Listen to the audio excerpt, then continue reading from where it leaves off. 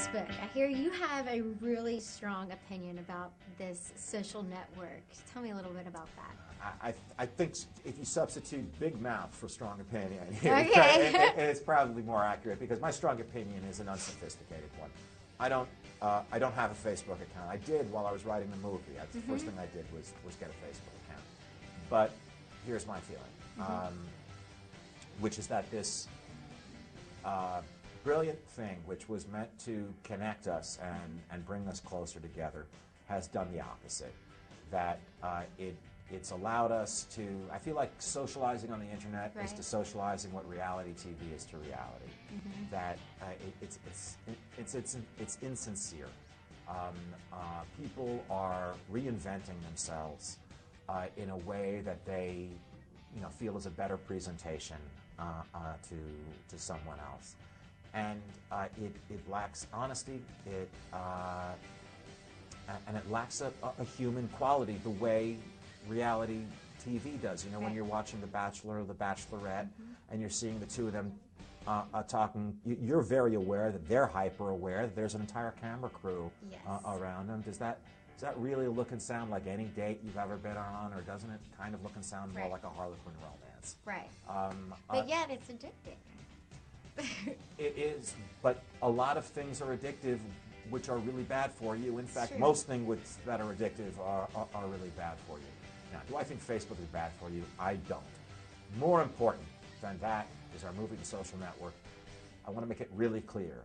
You don't have to agree with what I just said in order to like the social network. That whether you're on Facebook, not on Facebook, whether you love social media or hate social media or have never heard of social media, all of that is irrelevant to your enjoyment of the social network. Right. Well, do you think that this kind of lack of personal connection that you're talking about, that that Facebook can kind of create, almost drive people apart, do you think that's really reflected in Eduardo and Mark's relationship in this film?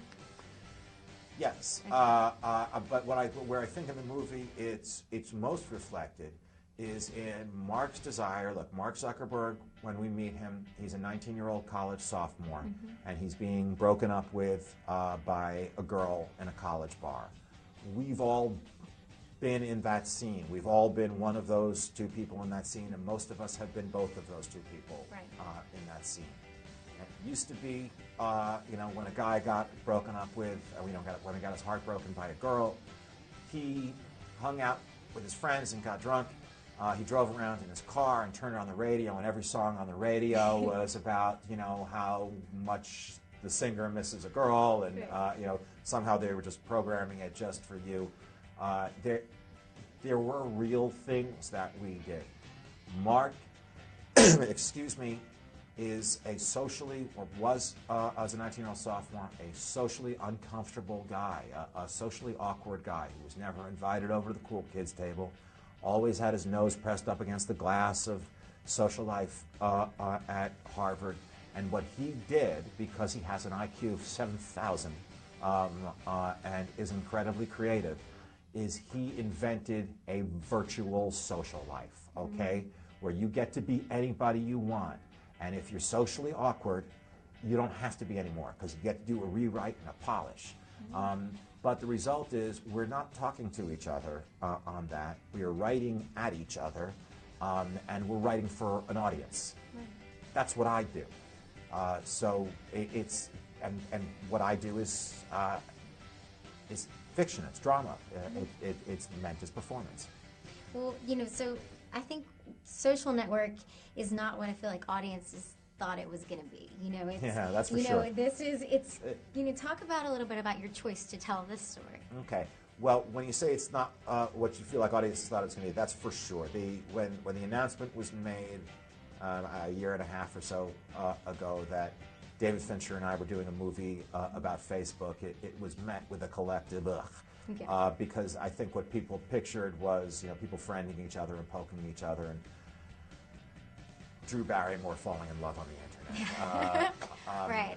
And we were making a much different movie, obviously, than that. And I think people found that out when they saw our first trailers in the theater and on TV, that this is a much more powerful, fast-moving dramatic story than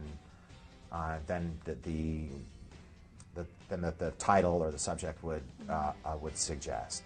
But I think people now are probably more caught up to, or getting caught up. We're 10 days away from the movie opening, getting caught up to what the movie is going to be about. We've been doing these screenings in college towns all over America, and the audiences have been just incredibly vocal in their enthusiasm. The reviews are starting to come in, and they're the best reviews of my life and of David Fincher's life. And with David, you're talking about a guy who's made some very, very good movies.